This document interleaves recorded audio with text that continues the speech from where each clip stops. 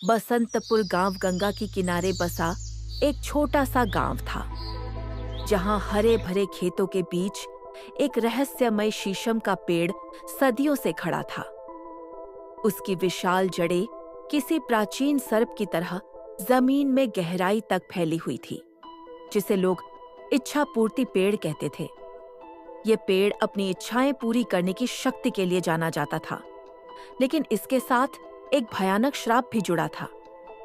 जो भी इस पेड़ से कुछ मांगता था, उसे अपनी सबसे प्यारी चीज का त्याग करना पड़ता था।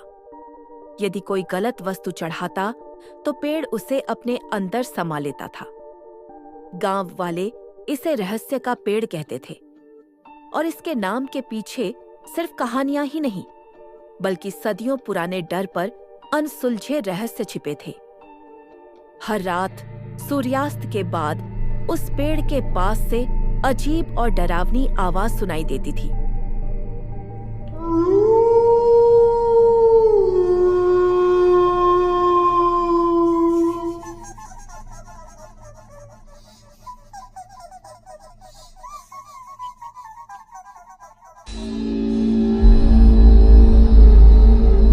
लोग अपनी लालच और आशाओं के साथ पेड़ के पास आते थे, पर जब उन्हें अपनी सबसे प्रिय वस्तु का त्याग करने की बात आती, तो वे पीछे हट जाते थे। हर कोई अपने जीवन में सुख शांति चाहता था, पर कोई भी अपने सुख का बलिदान नहीं करना चाहता था। कुछ लोगों का मानना था कि वहां पर बुरी आत्माएं और भटकती प्रेत आत्माएं वास करती हैं, जो किसी भी राहगीर को अपने मायावी जाल में फंसाकर हमेशा के लिए कैद कर सकती है। इसी गहरे डर के कारण सूर्यास्त के बाद कोई भी उस पेड़ के पास जाने की हिम्मत नहीं करता था, और दिन में भी लोग एक निश्चित दूरी बनाए रखते थे।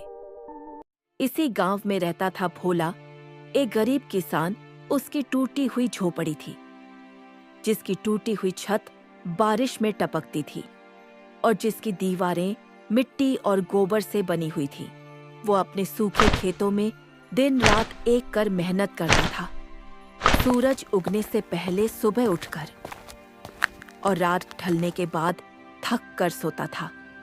लेकिन प्रकृति की क्रूर मार और भाग्य की निरंतर परीक्षा ने उसे कभी चैन से जीने नहीं दिया। उसका एक दोस्त था बलवंत, जो हमेशा जल्दी अमीर बनने के सपने देखता था और अक्सर हवाई किले बनाता रहता था। उसकी बातों में अक्सर लालच की चमक होती थी। वो हमेशा आसान रास्तों की तलाश में रहता था, भले ही इसके लिए उसे दूसरे को नुकसान पहुंचाना पड़े। गांव में लखा एक लालची और क्रूर व्यापारी, जिसका सूटखोरी का धंधा पूरे गांव में फैला था। किसी भी कीमत पर लोगों की जमीन को हथियाना और उन्हें अपने अधीन रखने को तैयार रहता था। और फिर थी लीलावती, एक बुजुर्ग और रहस्यमयी महिला, जो गांव के बाहर एक टूटे फूटे घर में रहती थी। उसके बारे में कहा जाता था कि उसे जड़ी बूटियां और प्राचीन ग्रंथों का गहरा ज्ञान था, और कुछ लोग उसे डायन भी कहते थे, जबकि कुछ लोग उसे गांव की पुरानी कहानियों का जीवित संग्रह मानते थे। लीलावती का घर गांव के बाहरी छोर पर था, जहां जंगली झाड़ियां और सन्नाटा पसरा रहता था। लोग उससे डरते भी थे, उसकी रहस्यमयी शक्तियों और उसकी अजीब गरीब हरकतों के कारण, और जरूरत पड़ने पर उसके पास जाते भी थे, अपनी समस्याओं का हल ढूंढने। भोला की जिंदगी मुश्किलों से भरी थी। लगातार 2 साल से सूखे की चपेट में उसके खेत बंजर हो रहे थे। जमीन सूख कर दरारें पड़ने लगी थी, और वह करता भी तो क्या। उसकी जमीन लखा के कर्ज तले दबी हुई थी, जो गांव का सबसे क्रूर और लालची व्यक्ति था। लखा हमेशा भोला को परेशान करता था और उसे धमकी देता था कि अगर जल्द ही कर्ज नहीं चुकाया, तो वह उसकी जमीन और घर सब कुछ छीन लेगा। एक दिन भोला की बेटी की तबीयत बहुत खराब हो गई। डॉक्टरों ने जवाब दे दिया, और दवाइयों के लिए बहुत पैसे चाहिए थे, जो भोला के पास नहीं थे। उसकी पत्नी राधा रोने लगी। हमारी बेटी की हालत दिन पर दिन खराब होती जा रही है। आप कुछ करते क्यों नहीं? क्या आपको हमारी बिल्कुल परवाह नहीं? नहीं राधा, ऐसी बात नहीं है। मैं भी अपनी विद्या से उतना ही प्यार करता हूँ, पर मेरे समझ नहीं आ रहा कि पैसे का जुगाड़ कैसे करूं। कौन करेगा हमारी मदद? कर्ज का भार तो वैसे ही है और गांव में कोई हमारी मदद करने से रहा नहीं। लगता है अब मुझे आखिरी फैसला लेना ही होगा। कैसा आखिरी फैसला? क्या करना चाहते हो तुम? मुझे भी उस इच्छा पूर्ति पेड़ के पास जाना ही होगा। वहीं से मेरी समस्या का समाधान हो सकता है। देखिए, मैं चाहती नहीं हूँ कि आप उस पेड़ के पास जाओ, लेकिन हमारी बेटी का सवाल है। अगर उससे हमारी समस्या का हल हो सकता है तो मैं तुम्हें वहां जाने से नहीं रोकूंगी। मैं भगवान से प्रार्थना करूंगी आपकी सलामती का। इस मुश्किल घड़ी में भोला को लगा कि उसके पास अब एक ही रास्ता बचा है, उस जादुई शीशम के पास जाना। वह अपने सफर के लिए निकल पड़ा। रास्ते में उसे बलवंत ने उसे रोककर पूछा, कहाँ जा रहे हो भोला भाई? ये रास्ता तो जंगल की तरफ जाता है। भोले ने बलवंत को सारी बात बता दी। बलवंत बहुत लालची था। उसने सोचा, क्यों ना मैं भी जाकर देखूं। अखिल, उसे पेड़ के बारे में मैंने भी बहुत सुना है और सच में अगर वहां कुछ मिल गया तो मैं तो बहुत अमीर बन जाऊंगा बिना किसी मेहनत के। भोला भाई, तुम डरो मत, मैं तुम्हारे साथ हूं। मैं तुम्हारे साथ चलता हूं। हम दोनों मिलकर सामना करेंगे उस रहस्यमयी पेड़ का। तुम चिंता मत करो। बलवंत ने भी भोला के साथ जाने का निर्णय किया और वह दोनों जंगल की ओर निकल गए। जंगल का रास्ता काफी दूर था। इस जंगल में लीलावती भी रहती थी, जो गांव से बहुत दूर थी।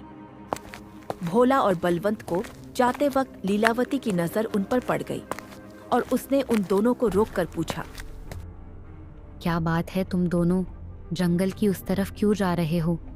क्या तुम्हें पता नहीं उस तरफ रहस्यमयी पेड़ है और जो कोई भी वहां गया है वो कभी भी वहां से वापस लौट कर नहीं आया? क्या तुम इन सब से अनजान हो? भोला ने लीलावती को अपने साथ हुई सारी घटना के बारे में बताया और उसने उस पेड़ के पास जाने का कारण भी बताया। भोला तो अपनी मजबूरी के कारण वहां जा रहा है, और तुम किस वजह से वहां जा रहे हो? क्या तुम्हें अपनी जान की बिल्कुल परवाह नहीं? लीलावती जी, भोला मेरा दोस्त है और एक दोस्त की मदद करना ही दूसरे दोस्त का धर्म है। उसकी इस स्थिति में मैं उसे अकेला नहीं छोड़ सकता, इसलिए मैंने भी उसके साथ जाने का फैसला किया है। लीलावती ने दोनों की बातों पर सहमति जताई। तो ठीक है, तुम अपनी बेटी की जान बचाने के लिए उस पेड़ के पास जा रहे हो। उस पेड़ के पास जाकर तुम्हें पता चलेगा कि असल में वह क्या चाहता है। तो क्या करना चाहिए? गांव के लोग समझते हैं कि पेड़ को भौतिक चीजों का त्याग चाहिए, जैसे सोना या गहने, लेकिन असल में वह प्यार और विश्वास का बलिदान चाहता है। जो लोग यहाँ आए उन्होंने अपने सबसे कीमती गहने या धन अर्पित किए, लेकिन वे सब लालची थे। पेड़ उन्हें अपने अंदर समा लेता था क्योंकि उन्होंने प्रेम की बजाय लालच को चुना था। तुम्हारी सबसे प्यारी चीज तुम्हारा धन नहीं, बल्कि तुम्हारी बेटी के लिए तुम्हारा निस्वार्थ प्यार है। जब तुम पेड़ के पास पहुंचो तो अपनी बेटी के लिए अपने प्यार को उस पर अर्पित कर देना। यही सच्चा बलिदान होगा। भोला ने बूढ़ी औरत की बातों पर गहराई से सोचा। वह समझ गया कि उस पेड़ का श्राप केवल लालची लोगों के लिए था। उसने बरगद के पास पहुंचकर अपनी आंखें बंद कर लीं और अपनी बेटी के लिए अपने दिल की सबसे गहरी भावना को महसूस किया। उसने अपने हाथों में एक सूखा पत्ता लिया जो उसी पेड़ से गिरा था और उसे अपने दिल के पास रखकर कहा, हे जादुई पेड़, मैं अपनी बेटी के लिए अपने पिता का निस्वार्थ प्रेम तुम्हें अर्पित करता हूँ। मुझे धन नहीं, बस मेरी बेटी का जीवन वापस दे दो। भोला के शब्दों में कोई लालच नहीं था, सिर्फ एक पिता का सच्चा और अटूट प्रेम था। जैसे ही उसने यह कहा, पेड़ की जड़ें हिलने लगीं और एक तेज रोशनी निकली जिससे पूरा जंगल रोशन हो गया। उस रोशनी में भोला ने देखा कि पेड़ के तने से एक छोटा सा बक्सा बाहर आया। उस बक्से में सोने या चांदी के सिक्के नहीं, बल्कि एक छोटी सी शीशी थी जिसमें एक जादुई तरल था। यह सब होते हुए बलवंत भी अपनी आंखों से देख रहा था। पर वह इस बात से हैरान था कि भोला ने कोई धन नहीं मांगा, बल्कि बस एक छोटी सी दवाई की शीशी मांगी। भोला ने बलवंत से कहा, यहाँ तक आने के लिए तुम्हारा बहुत बहुत शुक्रिया। मुझे जो चाहिए था वह मिल गया। चलो अब हमें यहाँ से चलना चाहिए। बलवंत की आंखों में लालच भरा था। वह वहां से जाने वाला नहीं था। उसने भोला को बहाना बनाया। भोला, तुम यहां से घर जाओ। मैं जंगल की ओर अंदर जाना चाहता हूं। सुना है जंगल के अंदर बहुत ही सारी जड़ी बूटियां मिलती है। वह मेरे बड़े काम आएगी। मैं उन्हीं को लेने जा रहा हूं। तुम घर चले जाओ और अपनी बिटिया को यह दवाई पिला देना। तुम कहो तो मैं भी तुम्हारे साथ चलता हूँ।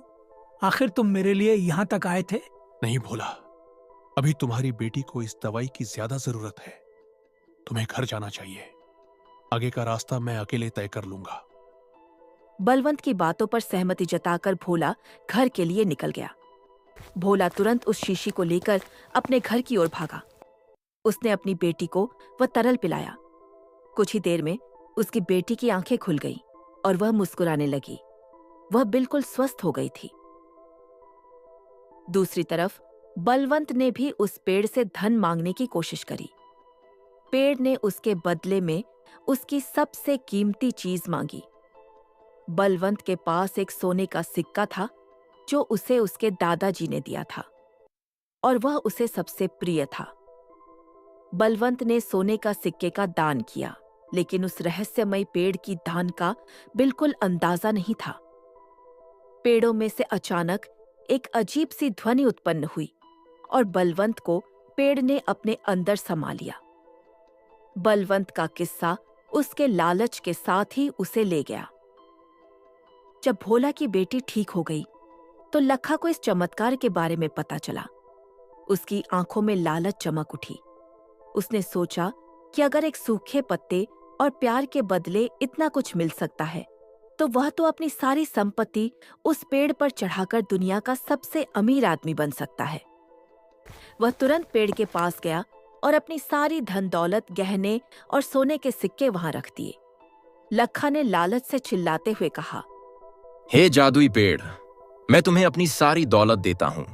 मुझे दुनिया का सबसे बड़ा राज्य और असीम शक्ति दो। लेकिन जैसे ही उसने ये शब्द कहे, बरगद की जड़ें तेजी से फैलीं और उसने लखा को अपने अंदर समा लिया। वह गायब हो गया। पेड़ ने उसे अपने अंदर इसलिए समा लिया क्योंकि उसने लालच में आकर अपने धन का त्याग किया था, प्यार का नहीं। यह कहानी हमें सिखाती है कि सच्चा बलिदान वह होता है जो निस्वार्थ प्रेम से किया जाए। भोला ने अपनी सबसे प्यारी चीज, अपनी बेटी के लिए अपना प्यार का त्याग किया और पेड़ ने उसे उसकी सबसे बड़ी खुशी, उसकी बेटी का जीवन वापस दिया।